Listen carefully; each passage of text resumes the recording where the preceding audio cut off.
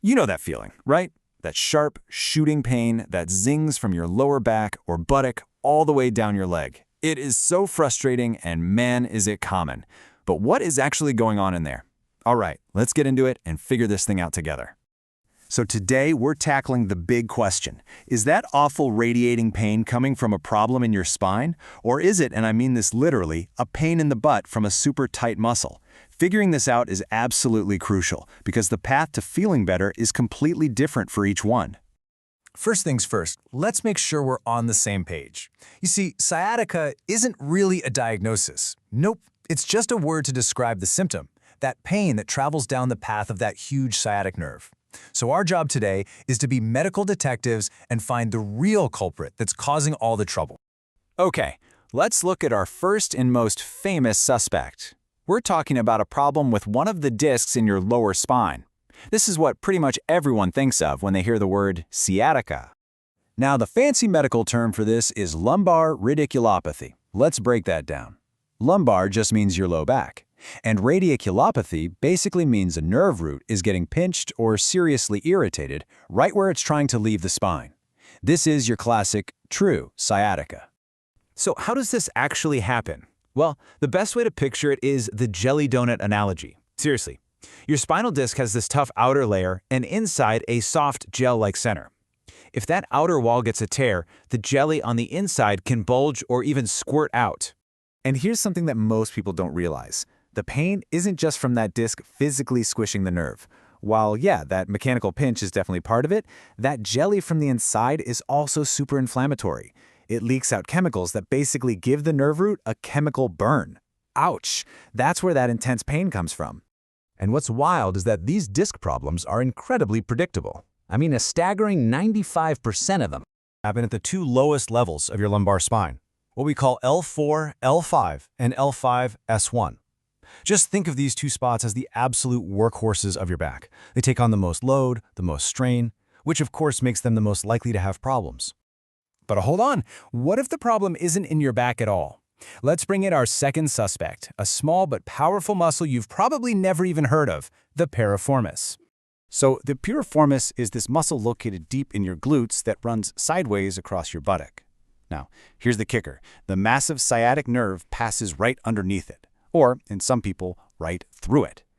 This super close relationship is the key to our whole mystery.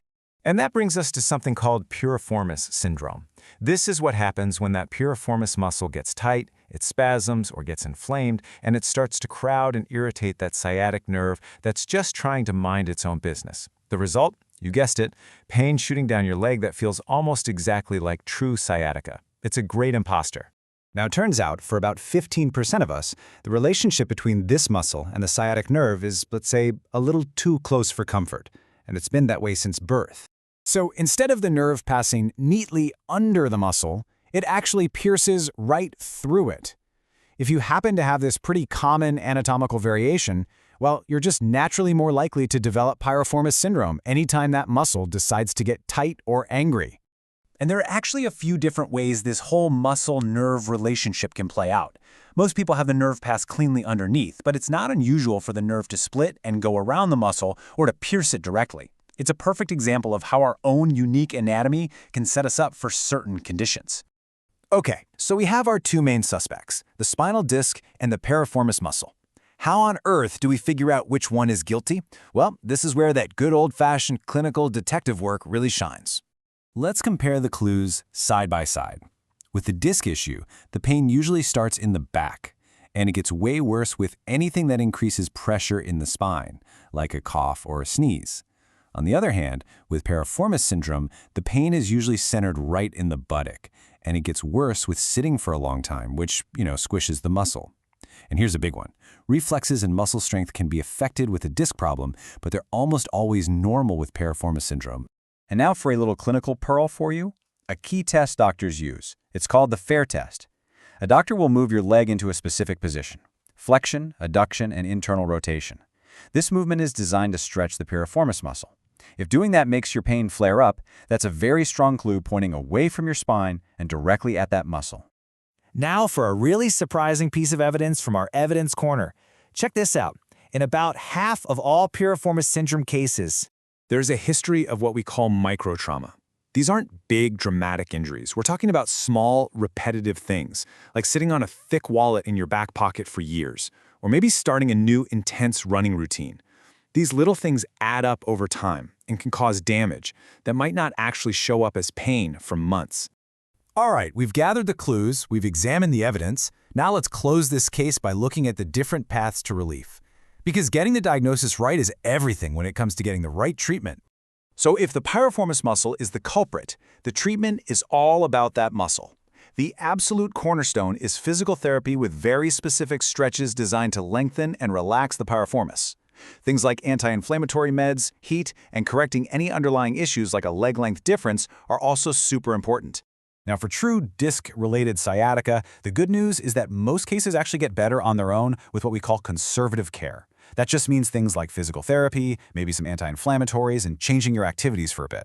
We only start thinking about more serious interventions if the pain is really bad and hasn't gotten any better after about 6 weeks of trying these things first. So after all of this, after our entire investigation, what's the single most important thing you should take away from all this? Let's get to the doctor's note.